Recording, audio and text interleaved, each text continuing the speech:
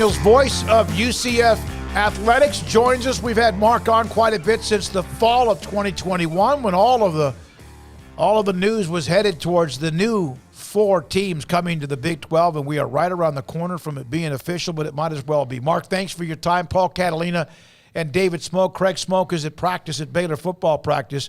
So how can you feel? I know that excitement of when it was official, or at least an announcement in the fall of 2021, how much now that there's a schedule, is there a crescendo of excitement, emotions about what's about to happen? Oh, yeah. I think that, once you finished up with the previous season and you started those off-season workouts and then the countdown to getting a schedule, it suddenly became real. You began to see, what UCF's first year in the Big 12 is going to be like, and your fans get excited about teams to go visit, and you begin to take a look at spring previews, and suddenly your conference is the conference that has these teams instead of those teams. So there's a great level of excitement. UCF plays their spring football game tomorrow. And, before you know it, we're going to find ourselves set to kick off a new season. So I think there is a different vibe to UCF football than we've seen in recent years, and a lot of excitement. Is this a team, because they are so veteran-laden, that can work out that again, you got some veterans moving into a new conference, and they're not going to be shaken by it or not ready?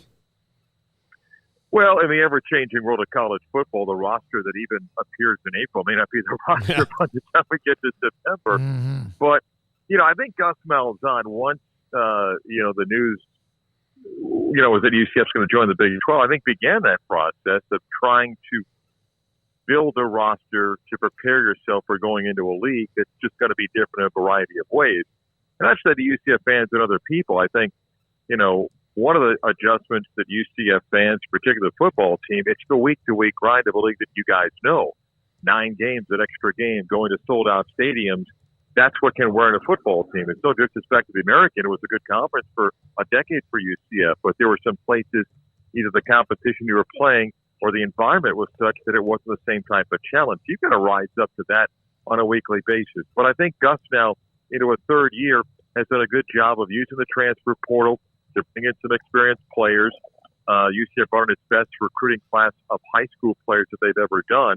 Now the question is, can you be ready to go and play that full season? We're going to find out. But there are some areas where they do have some experience, some other spots that they're going to maybe not even end tomorrow night's spring game with all answers and have some questions going into the fall. But I think he feels like that he's at least put the foundation to go into this little league so that they can be prepared as best as you can be.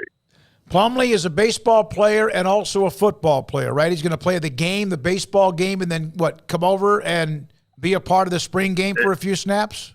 Let me tell you, his last week, guys, we played a baseball game down in Miami, which is about a 3.5-hour drive from the campus. So he participated in practice on Tuesday, and then somebody in the football staff drove him down. He participated in the baseball game Tuesday night. They drove back on Wednesday morning. On Thursday last week, they had a scrimmage. He got a private jet, flew up to Greenville, North Carolina. Because of rain, we adjusted his schedule and played a doubleheader on Thursday. He arrived at 12:56 before 2 o'clock first pitch. He played every pitch of the doubleheader. Came back the next day for a noon game with a wind chill of 46, and with a little bit of a rain delay, took 5.5 hours to complete that game, and flew back with the baseball team on Saturday, and was back at practice this past week. Participated in practice on Tuesday, participated in practice today. We'll play baseball tomorrow at 5 o'clock, and at some point we'll go over and play football in the spring game, and then return to play baseball Saturday and Sunday. That's his last 2 weeks. Golly, yeah. He should be a decathlete. That's what he needs to become. He needs to be a decathlete, yeah. By the way, just for what's his batting? viewers to know, he's hitting .302, 5 home runs, 12 RBIs. Wow. Look, get on base. Let's see. What am I leaving on here? I mean, got 9 stolen bases and playing center field, and again, has not missed a pitch, juggling baseball and football. And look, Gus Malzahn knew it when John Rice came there from Ole Miss that he wanted to play baseball, and has allowed him to do that. But to John Rice credit, he's missed nothing. Here in spring, he's not missed a single football meeting. He's been there for baseball, and it's a compliment to him. He's a great athlete, great guy. and easy to root for. You know, we mentioned this, Mark. You mentioned this to us even a couple of years ago with Gus Malzahn, how comfortable he seems to be in this setting. He's won where he's been. Obviously had the great run at Auburn, and then eventually that fishbowl was just a lot, and probably got a raw deal. But you still sense that he's just really comfortable where he is at UCF? Yeah, I think so. And each year it gets easier. I mean, Gus has had back-to-back 9-win seasons. The first year just decimated by injuries, and to win 9 and beat Florida bowl game was a tremendous season. Last year, despite some ups and downs, still got to a conference championship game. But I think he has enjoyed the environment at UCF, much different than Auburn for a variety of reasons. A different fan base, different type of level of boosters, support of the university, and an athletic director. Having said that, Gus also realizes that there are challenges for UCF as we go into a new league, a standpoint of upgrading your facilities and the resources in an NIL world, and has even himself recognized that. He hired an offensive coordinator, which he has given the play calling to, and truly has said, hey, run the offense. I'm here to help. More of a CEO role. So in his time at UCF, now entering a third year, he's made some adjustments as well. But I do think he enjoys living in Orlando. It's a much different vibe than in Auburn, Alabama. He and his wife can enjoy a nice, meal downtown. And while he may be recognized, it's not like it's that big of a deal. And I think they like that environment. At the same time, he's very competitive, and Gus knows that he's got a challenge going into this league, but I think he welcomes that. And I do think he welcomes getting back to a major league. You know, Mark, and I know that coaching and everything is fluid in college athletics, but this is a chance for him, and UCF has had successful coaches, but going into the Big 12 to really make the program his, right? Where it's not he's coaching at a place where a bunch of other people have been really successful, but I mean, he can really put a stamp on this is what Gus Malzahn did for UCF and kind of write it in history. Oh, there's no question. Every program has that torch of coaches that were a key part of the foundation.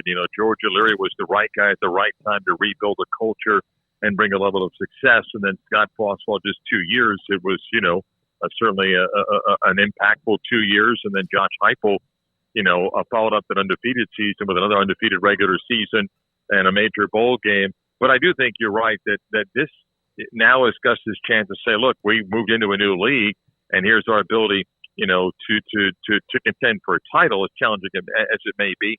And this, for the most part, is his roster. There's very few players that he did not bring in left on this roster. He's been active in the transfer portal.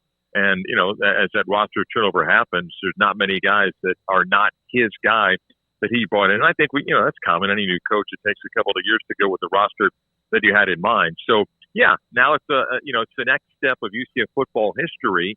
And there's no question he has an opportunity to be the guy that says, look, these are the first things that we did in the Big 12. Of the 4 incoming teams, UCF, this is a young, blossoming, maybe a star-studded type opportunity for them. And because of how youthful the school is and what they're doing. Cincinnati 2 years ago in the national semifinals. University of Houston is right there and now in a great city for recruiting, and now they can say, hey, you can play in the Big 12. And then there's Brigham Young, which has always been thought of pretty much as a Power 5 school. In your opinion, Mark, which of the 4 programs, and I know this is putting you on the spot, but might be more ready for this move, at least this first year? I can only speak more about the teams that we competed with in Cincinnati and Houston. We played BYU in a bowl game a couple of years ago. We played them before. And we know that, one, it's an older roster, national recruiting, so you know that they're going to be good. I do think if you take a look at the 3, a little bit of a transition at Cincinnati as Luke Fickell took the job at Wisconsin. Satterfield had success at Louisville, but I think it may have been the right time for Scott to maybe, try something else. A little bit of a transition with some positions there as well. At Houston, I think Dana's come close to having the team that he wants, but for a variety of reasons, they've had some things that have kind of detoured them a little bit. So I'm sounding biased because I think UCF may have, the better chance with a returning quarterback, a number of guys in the offensive and defensive line that come back. But I think all of us still face the challenge of that week-to-week grind in the league. And every school wants to think that they can contend for a title. I just think that right now, you've got to gear yourself up for a season. UCF, while they open at Kent State, we go to Boise State, which is a really tough trip, tough team to play. That trip all across the country. We come home for a game, and then we're on the road at Kansas State, then get Baylor at home. So you're going to learn a lot about who you are early in the season. And I think, as you guys know far better than me, how competitive that league has been, where everybody beats each other up, and it's hard to win week to week. And, I have no idea if the conference championship next year features teams that lost multiple conference games. It's possible because of how deep the league is. So I think UCF has some advantages, but they still got some questions that they got to resolve. And you take a look at some parts of that schedule, like I said, at Kansas State, home for Baylor, then at Kansas, and a week off before going to Oklahoma. So, welcome to the Big 12 for UCF. I had somebody in the chat room, and if you don't mind, Mark, that wanted to know the game's not being streamed, is it? Is it the broadcast, the radio broadcast? Is it being streamed anywhere? The radio broadcast is being streamed. I think people have been asking questions about the video stream. I control some things at UCF. That's not one thing that falls under my umbrella, but the radio broadcast of the spring game is available. Just go to your iHeart app, look up either UCF or 96 on the game, and we are streaming the radio broadcast. That's perfect. All right, you're really good at what you're doing. We appreciate your time when you join us. Marc Daniels, voice of UCF, with us on 365 Sports. Their spring game is tomorrow night at 7:30 Eastern.